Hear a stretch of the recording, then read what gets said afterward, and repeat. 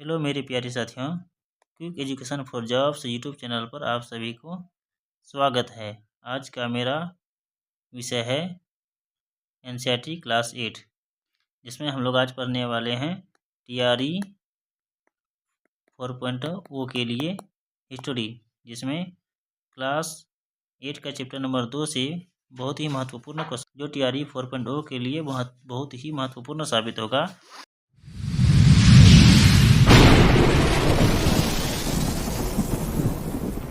मेरा पहला क्वेश्चन है, हैदर अली का शासनकाल की अवधि क्या थी। हैदर अली जो है टीपू सुल्तान का पिता, जिसके शासनकाल की अवधि क्या है, 1762 से 1782, 1765 से 1785, 1771 से 1799, 1782 से 1799, इनमें से कोई नहीं। चलिए आप लोग बताइए कि इनमें से कौन सा आंसर सही है। टीपू सुल्तान के पिताजी हैदर अली के शासनकाल की अवधि कब से कब तक है, बताइए आप लोग। तो इसका शासनकाल की अवधि है 1761 से 1782। तो इनमें से कोई भी वो अवधि नहीं है। 1762 है या 1765, 1771, तो इनमें से कोई सही नहीं है। तो इनमें से कौन सा होगा, इनमें से कोई नहीं, ऑप्शन नंबर डी। चलिए आप इसके बाद हम लोग अगला क्वेश्चन नंबर 2 की ओर चलते हैं। नंबर 2 में है, टीपू सुल्तान के शासनकाल की अवधि कब से कब तक थी।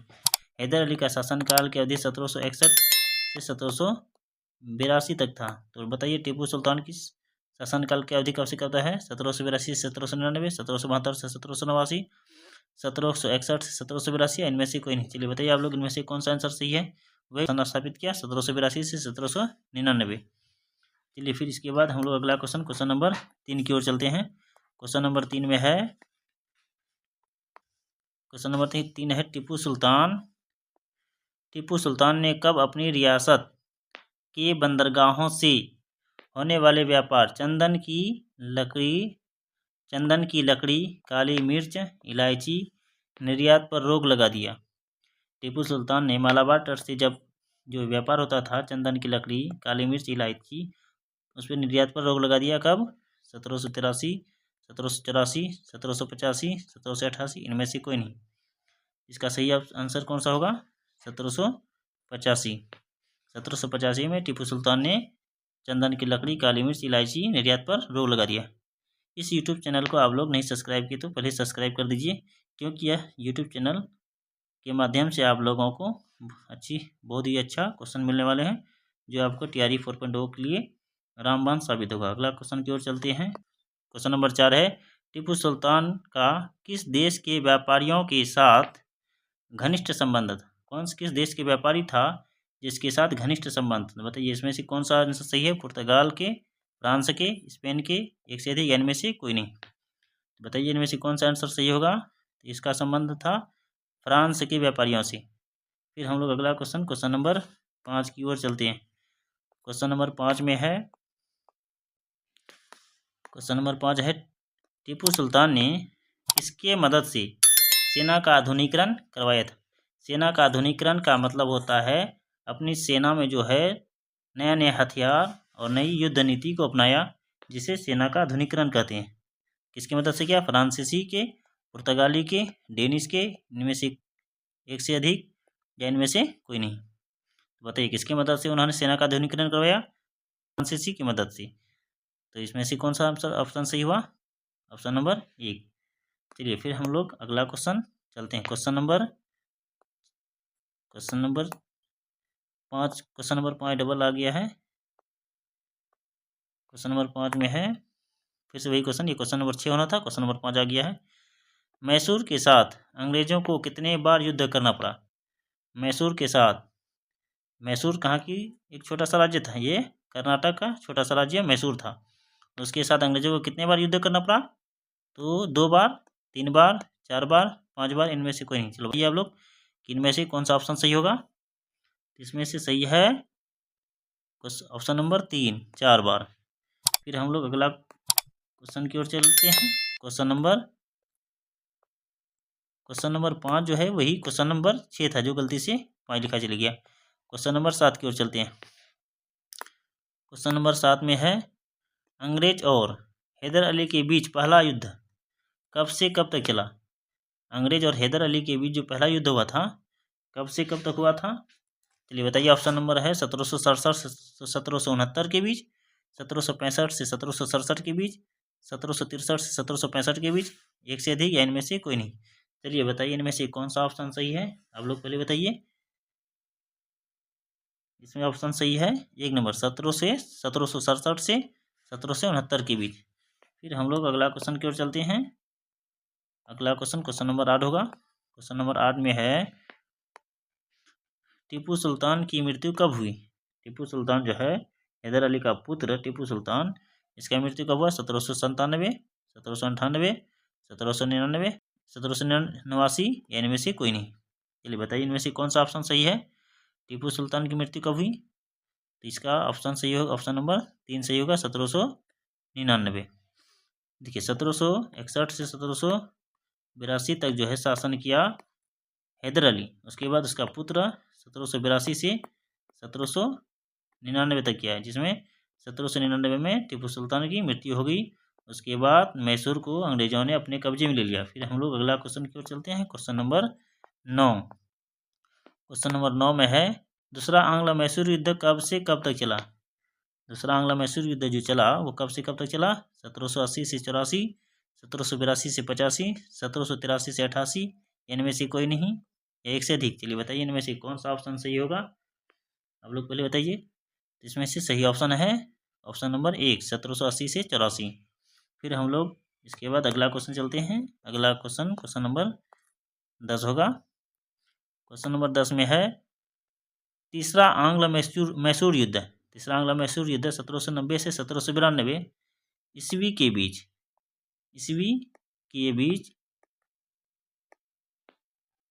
किनके बीच हुआ था? अंग्रेज और हैदर अली के बीच, अंग्रेज और टीपू सुल्तान के बीच, टीपू सुल्तान और हैदर अली के बीच, एक से अधिक, इनमें से कोई नहीं। चलिए बताइए इनमें से कौन सा ऑप्शन सही होगा। देखिए इसमें से ऑप्शन 1761 से 1782 किसका कार्यकाल है? हैदर अली का। 1782 से 1799 किसका कार्यकाल है? ये टीपू सुल्तान। तो इस 90 से 92 इसी के बीच आ रहा है, तो टीपू सुल्तान और अंग्रेज के बीच होगा, ऑप्शन नंबर 2। फिर हम लोग अगला क्वेश्चन नंबर 11 की ओर चलते हैं। क्वेश्चन नंबर 11 में है, टीपू सुल्तान के बाद ईस्ट इंडिया कंपनी ने मैसूर को किस वंश के हाथ में सौंप दिया? टीपू सुल्तान की मृत्यु हुआ तब अंग्रेजों ने मैसूर को कब्जे में लिया, फिर उसे एक राजवंश के हाथों में सौंपा। वह राजवंश कौन है? चोल राजवंश, वाडियार राजवंश, उपरोक्त में दोनों, इनमें से कोई बताइए कौन सा सही ऑप्शन है। तो इनमें से ऑप्शन नंबर 2 सही होगा, वाडियार वंश। आप लोग अगर इस YouTube channel quick education for jobs को सब्सक्राइब नहीं किए तो पहले सब्सक्राइब कर लीजिए। फिर हम लोग अगला क्वेश्चन नंबर 12 की ओर चलते हैं। क्वेश्चन नंबर 12 में है, कंपनी ने मराठों की शक्ति को खत्म करने की कोशिश कब से करने लगे थे? कंपनी ने बहुत ही पहले से मराठा शक्ति जो था उसको खत्म करने की कोशिश में लगा हुआ था। कब से खत्म करने की कोशिश में लगा हुआ था? 17वीं शताब्दी के अंत से, 18वीं शताब्दी के अंत से, 19वीं शताब्दी के अंत से, एक से अधिक, या इनमें से कोई नहीं। चलिए बताइए इनमें से कौन सा ऑप्शन सही है। तो इनमें से ऑप्शन सही है ऑप्शन नंबर 2, 18वीं शताब्दी के अंत से। फिर हम लोग अगला क्वेश्चन नंबर 13 की ओर चलते हैं। क्वेश्चन नंबर 13 में है, पानीपत की तीसरी लड़ाई कब हुई? पानीपत का जो तीसरा लड़ाई हुआ कब हुआ? 1761 में, 1861 में, 1661 में, एक से अधिक, इनमें से कोई नहीं। 1761 में जो हुआ था पानीपत की तीसरी लड़ाई, ये लड़ाई हुआ था मराठा और अंग्रेजों के बीच, मराठा और अंग्रेज। ये लड़ाई कब हुआ था? 1761 में। चलिए आप लोग बताइए कि पानीपत का प्रथम युद्ध कब हुआ था? पानीपत का प्रथम युद्ध कब हुआ था? 1526 में। ये युद्ध किनके बीच हुआ था? बाबर और इब्राहिम लोदी, जिसमें इब्राहिम लोदी को हराकर बाबर ने मुगल वंश की स्थापना की। उसके बाद बताइए दूसरा युद्ध जो हुआ, पानीपत का दूसरा युद्ध कब हुआ? ये युद्ध दूसरा युद्ध हुआ 1556 में। कब हुआ दूसरा युद्ध? 1556 में। ये युद्ध 1556 जो हुआ कब किसके बीच हुआ था? महान शासक अकबर और हेमचंद्र यानी हेमू के बीच हुआ था। ये कब हुआ 1556 में। और तीसरा लड़ाई कब हुआ 1761 में, मराठा और अंग्रेज।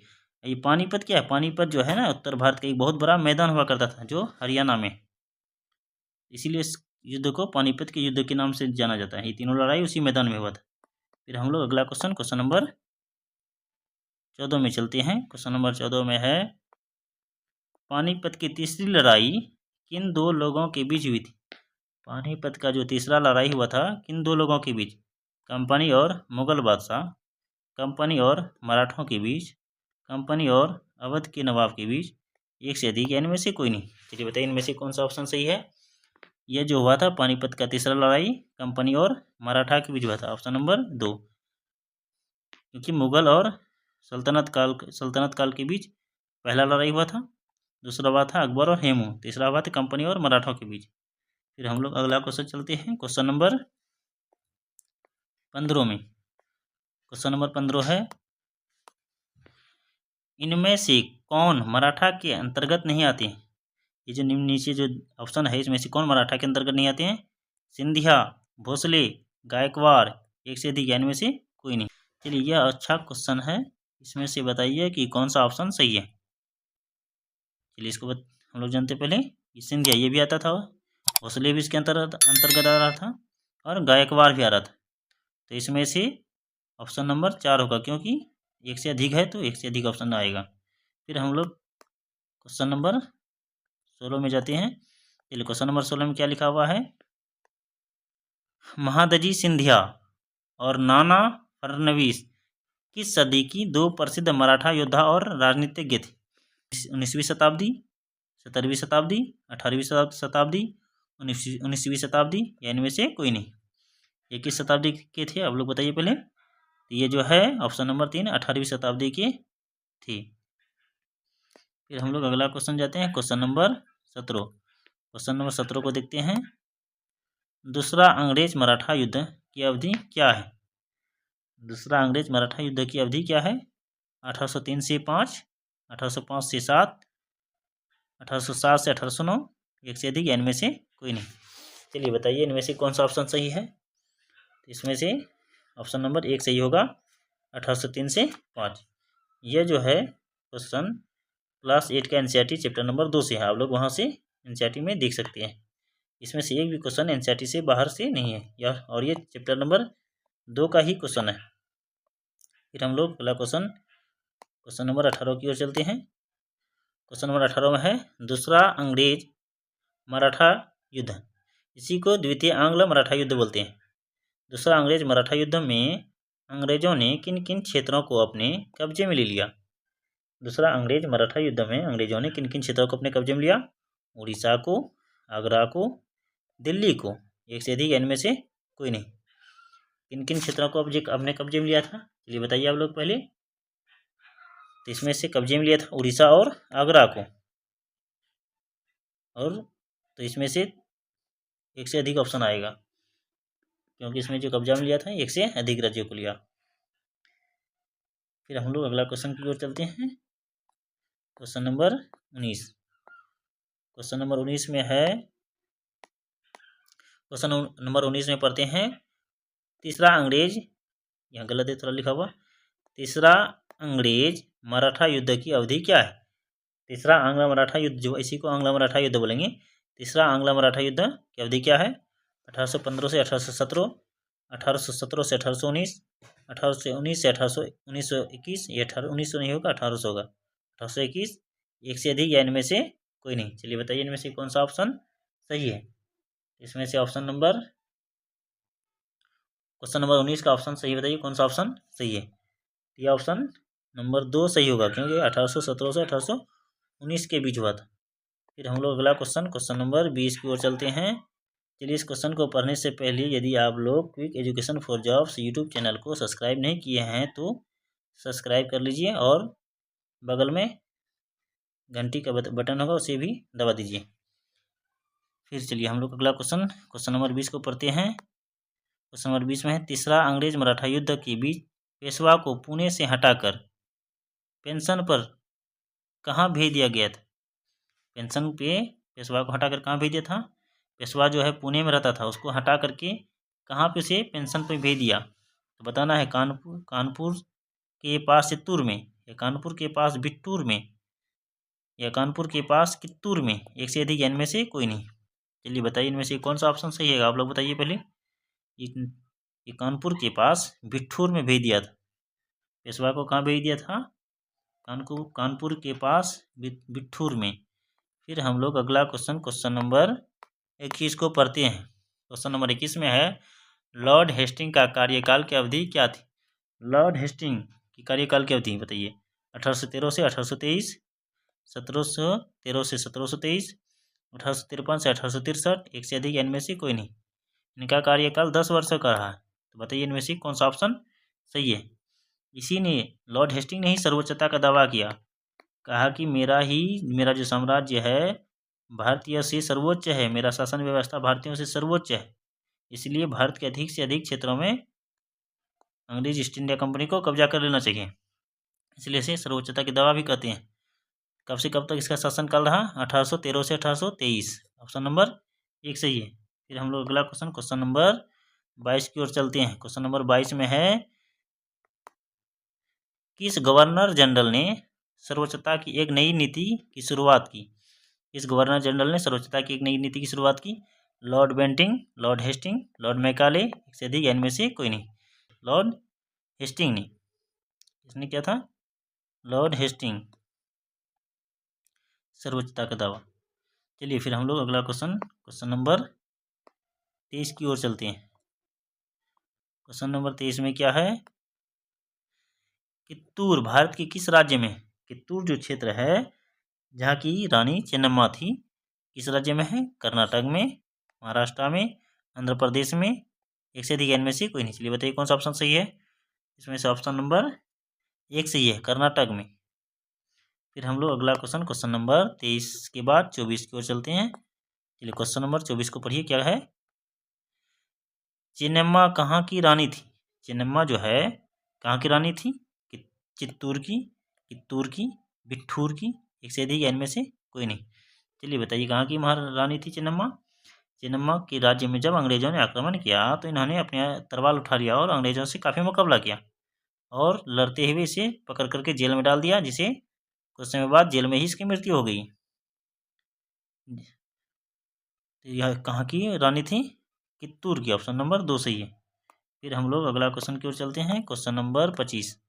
क्वेश्चन नंबर 25 में क्या है, चेन्नम्मा को कब गिरफ्तार किया गया था। चेन्नम्मा जो रानी थी इसको कब गिरफ्तार कर लिया था। ऑप्शन नंबर 1 है 1822 में, 1824 में, 1823 में, 1825 में, इनमें से कोई नहीं। चलिए बताइए इनमें से कौन सा ऑप्शन सही है। चेन्नम्मा जब अंग्रेजों से लड़ा तो उसे गिरफ्तार कर लिया और उसे जेल में डाल दिया, उसकी मृत्यु हो गई थी। कब गिरफ्तार किया इसको, यह गिरफ्तार 1824 में किया, ऑप्शन नंबर 2 सही है। फिर हम लोग इसके बाद क्वेश्चन नंबर 25 के बाद क्वेश्चन नंबर 26 में चलते हैं। क्वेश्चन नंबर 26 में क्या है, चेन्नम्मा की मृत्यु जेल में कब हुई थी। चेन्नम्मा को जब पकड़ा 1824 में, इसका मृत्यु है जेल में कब हुआ, इसका मृत्यु 1827 में, 1828 में, 1829 में, एक से अधिक इनमें से कोई नहीं। चलिए बताइए इनमें से कौन सा ऑप्शन सही है। आप लोग पहले बताइए ये कब इसका मृत्यु हुआ, 1829 में, ऑप्शन नंबर 3 सही है। फिर इसके बाद अगला क्वेश्चन जाते हैं क्वेश्चन नंबर 27। क्वेश्चन नंबर 27 में है, चेन्नम्मा की मृत्यु के बाद प्रतिरोध किसने जारी रखा। नारायणा ने, रामन्ना ने, मदन्ना ने, एक से अधिक इनमें से कोई नहीं। चेन्नम्मा की मृत्यु जब हुआ तो इसका प्रतिरोध के रूप में 1829 में ही एक और शख्स था जो संगोली का रहने वाला था, प्रतिरोध लेने के लिए तलवार उठा लिया। ये किसका नाम क्या है, रायन्ना ने अपना प्रतिरोध जारी रखा। फिर इसके बाद हम लोग अगला क्वेश्चन की ओर चलते हैं। अगला क्वेश्चन है क्वेश्चन नंबर 28। क्वेश्चन नंबर 28 में है, रायन्ना कहाँ की एक गरीब चौकीदार थी। कित्तूर के, संगोली के, चित्तूर के, एक से अधिक या इनमें से कोई नहीं। चलिए बताइए वही रायन्ना जिन्होंने वहाँ के कित्तूर की रानी चेन्नम्मा की मृत्यु के बाद अपना प्रतिरोध जारी रखा। उसका नाम, वो कहाँ के रहने वाला था, यह संगोली का रहने वाला था। कहाँ का रहने वाला है, संगोली। फिर हम लोग अगला क्वेश्चन नंबर 29 में चलते हैं। क्वेश्चन नंबर 29 में है, रायन्ना को डबल को लिखा, चलिए कर देते हैं। रायन्ना को कब अंग्रेजों ने पकड़कर फांसी पर लटका दिया? रायन्ना जो है उसको कब अंग्रेजों ने पकड़ करके फांसी पर लटकाया? 1830 में, 1831 में, 1832 में, एक से अधिक या इनमें से कोई नहीं। चलिए बताइए कौन सा सही है। रायन्ना को कब फांसी पर लटकाया? 1830 में, ऑप्शन नंबर 1 सही है। फिर हम लोग अगला क्वेश्चन की ओर चलते हैं।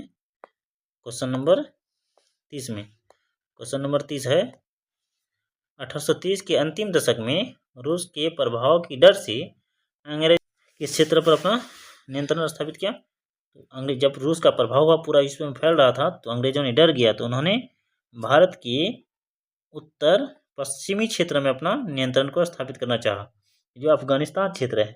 तो कौन सा क्षेत्र हुआ? दक्षिण पश्चिमी क्षेत्र, उत्तर पूर्वी क्षेत्र, उत्तर पश्चिमी क्षेत्र, एक से अधिक इनमें से कोई नहीं। चलिए इसका ऑप्शन सही होगा उत्तर पश्चिमी क्षेत्र, ऑप्शन नंबर 3। इसके बाद हम लोग अगला क्वेश्चन चलते हैं। क्वेश्चन नंबर 31 में, क्वेश्चन नंबर 31 है अंग्रेजों ने, यानी होगा मे की जगह, अफगानिस्तान के साथ लड़ाई कब से कब तक लड़ी थी? अंग्रेजों ने अफगानिस्तान के साथ लड़ाई कब से कब तक लड़ा? 1836 से 1840, 1838 से 1842, 1840 से 1844, एक से अधिक या इनमें से कोई नहीं। कब से कब तक लड़ा बताइए आप लोग। यह अफगानिस्तान भारत के हिस्सा हुआ करता था, बाद में ये भारत से अलग हो गया, तो इससे लड़ाई जो है अंग्रेज कब से कब तक लड़ा? 1838 से 1842 के बीच, ऑप्शन नंबर 2 सही है। चलिए इसके बाद हम लोग ऑप्शन नंबर 31 के बाद 32 में चलते हैं। 32, क्वेश्चन नंबर 32 है सिंध को अंग्रेजों ने कब्जे में कब लिया? सिंध को अंग्रेजों ने कब्जे में कब लिया? 1841 में, 1842 में, 1843 में, इनमें से कोई नहीं, ये एक से अधिक। चलिए बताइए आप लोग पहले कि सिंध को अंग्रेजों ने कब्जे में कब लिया? चलिए बताइए पहले आप लोग, कब लिया अंग्रेजों ने सिंध को कब्जे में? ऑप्शन नंबर 3 सही होगा। चलिए फिर ये सिंध कहाँ पड़ता है? ये अभी पाकिस्तान में चले गया, जो पहले भारत का हिस्सा हुआ करता था। चलिए हम लोग क्वेश्चन नंबर 32 के बाद फिर अगला क्वेश्चन नंबर 33 में चलते हैं। क्वेश्चन नंबर 33, आपका जो महाराजा था रणजीत सिंह, उसका मृत्यु कब हुआ? 1839 में, 1840 में, 1838 में, 1841 में, इनमें से कोई नहीं। चलिए बताइए कौन सा ऑप्शन सही है। इसका मृत्यु जो हुआ 1839 में हुआ, ऑप्शन नंबर 1। फिर हम लोग इसके आगे अगला क्वेश्चन 34 में चलते हैं। क्वेश्चन नंबर 34 है पंजाब का महाराजा रणजीत सिंह का मृत्यु के बाद अंग्रेजों ने पंजाब को कब अपने कब्जे में ले लिया?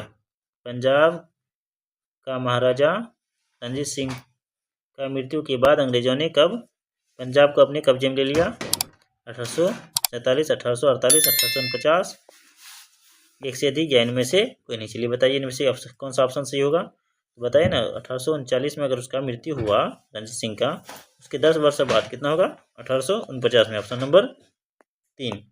चलिए इसके बाद हम लोग क्वेश्चन नंबर 35 में चलते हैं। क्वेश्चन नंबर 35 में है विलय नीति किसने अपनाया था? विलय नीति जो लागू हुआ था, इसको किसने अपनाया था? लॉर्ड बेंटिंग ने, लॉर्ड डलहौजी ने, लॉर्ड रिपन ने, एक से अधिक इनमें से कोई नहीं। चलिए बताइए इनमें से कौन सा ऑप्शन सही है। विलय नीति क्या है? विलय नीति जो है, जब किसी शासक का अपना पुत्र नहीं होता था तो अंग्रेजों ने एक नया नियम लागू किया, जिसको अपना पुत्र नहीं होगा उसके राज्य को अंग्रेजों ने अपने कब्जे में ले लेगा। इसी नीति को विलय नीति कहते हैं।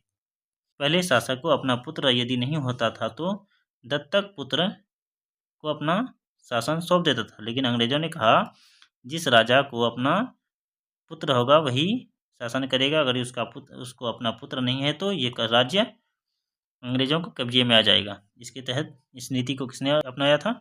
लॉर्ड डलहौजी ने, ऑप्शन नंबर 2 सही है। फिर हम लोग इसके बाद अगला क्वेश्चन की ओर चलते हैं। क्वेश्चन नंबर 36 में, क्वेश्चन नंबर 36 में क्या है? सबसे पहले किस राज्य पर विलय नीति लागू किया गया? सबसे पहले किस राज्य पर विलय नीति लागू किया गया? संबलपुर, सतारा, नागपुर, एक से अधिक या इनमें से कोई नहीं। इस जवाब बताइए कौन सा सही होगा। पहले जानते हैं कि किन किन राज्यों पर विलय नीति लागू हुआ। पहले है सतारा, संबलपुर, उदयपुर, उसके बाद नागपुर, झांसी और आखिरी में अवध पे विलय नीति लागू हुआ। ये 6 राज्यों में विलय नीति को लागू किया गया था। सबसे पहले किस राज्य में हुआ? ये सतारा में हुआ। विलय नीति सबसे पहले कहाँ पे लागू हुआ? सतारा में। चलिए जानते हैं कि कब कहाँ पे लागू हुआ। सतारा में 1848 में लागू हुआ विलय नीति, संबलपुर में 1850 में, उदयपुर में 1852 में, नागपुर में 1853 में और झांसी में 1854 में, सबसे आखिरी में अवध में 1856 में। 17 में सबसे पहले लागू हुआ। ऑप्शन नंबर 2 सही है। फिर इसके बाद हम लोग अगला क्वेश्चन पे चलते हैं। Question number 37। क्वेश्चन नंबर 37 में है किस राज्य में विलय नीति को लागू नहीं किया गया? चलिए हम लोग जानते हैं किस राज्य में विलय नीति को लागू नहीं किया गया, बता चुके हैं। सतारा में लागू हुआ, संबलपुर, उदयपुर, नागपुर, झांसी और अवध में हुआ। तो किस राज्य में नहीं हुआ? नागपुर में तो लागू हुआ है, बरेली में नहीं हुआ और दिल्ली में भी लागू नहीं हुआ था। तो इसमें ऑप्शन सही होगा, एक से अधिक, इनमें से कोई नहीं। तो एक से अधिक होगा क्योंकि यहाँ 2 ऑप्शन सही है, 2 राज्यों में लागू नहीं हुआ। चलिए हम लोग इसके बाद फिर अगला क्वेश्चन की ओर चलते हैं। Question number 38। क्वेश्चन नंबर 38 में है 1856 में किस राज्य पर विलय नीति लागू हुआ था? 1856 जो है तभी किस राज्य पर विलय नीति को लागू हुआ? झांसी में, उदयपुर, नागपुर, एक से अधिक, इनमें से कोई नहीं। बता चुके हैं। सतारा में 1848, सतारा में 1848, 1850 संबलपुर, 1852 में उदयपुर, 1853 में नागपुर, 1854 में झांसी, 1856 में अवध। 1856 में किस राज्य में विलय नीति लागू हुआ था? अवध में।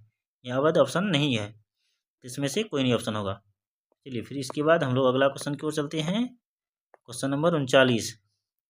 झांसी पर विलय नीति कब लागू हुआ? क्वेश्चन नंबर 39 है झांसी पर विलय नीति कब लागू हुआ? 1853, 1852, 1854, 1850, इनमें से कोई नहीं। चलिए बताइए आप लोग कौन सा ऑप्शन सही है। अभी बता चुके हैं। 1848 में सतारा, 1850 में संबलपुर, 1852 में उदयपुर, 1853 में नागपुर जो संतरा के लिए फेमस है, 1854 में झांसी, 1856 में अवध। तो ऑप्शन में क्या है? झांसी पर कब लागू हुआ था? 1854 में। ऑप्शन नंबर 3 सही होगा। फिर इसके बाद हम लोग अगला क्वेश्चन की ओर चलते हैं। अगला क्वेश्चन है क्वेश्चन नंबर 40। विलय नीति के बारे में कौन सा मिलान सही है? यानी विलय नीति के बारे में कौन सा मिलान सही है? चलिए बताइए, मिलान कर लेते पहले। 1848 में फिर से पढ़ते हैं। सतारा 1850, संबलपुर 1852, उदयपुर 1853, नागपुर 1854, झांसी 1856, अवध। चलिए मिलाते हैं। 1856 में अवध, झांसी 1853 ये गलत है, संबलपुर 1850 ठीक है, अवध 1856 ये 2 सही है। तो इसमें से ऑप्शन कौन सही होगा? ऑप्शन नंबर 4, एक से अधिक। फिर इसके बाद हम लोग अगला क्वेश्चन की ओर चलते हैं। क्वेश्चन नंबर 41 में, ये आखिरी क्वेश्चन होगा आज का। विलय नीति के बारे में कौन सा मिलान सही नहीं है? यानी विलय नीति के बारे में कौन सा मिलान सही नहीं है? तो मिलान करते हैं। सतारा 1848, झांसी 1854, नागपुर 1852, एक से अधिक, या इनमें से कोई नहीं। सतारा 1848 सही है, झांसी 1854 सही है, नागपुर 52 में नहीं 53 में हुआ, 1853 में। तो इसमें से ऑप्शन नंबर सही नहीं बोला है, तो ऑप्शन नंबर 3 सही होगा। उसके बाद आगे देखते हैं। चलिए विलय नीति, भारत में विलय नीति, विलेज नहीं है विलय होगा, गलत थोड़ा टाइपिंग हो गया है। विलय नीति लागू होने वाला राज्य, चलिए देख लेते हैं। 1848 में सतारा, 1850 में संबलपुर, 1852 में उदयपुर, 1853 में नागपुर, 1856 में झांसी, 1856 में अवध।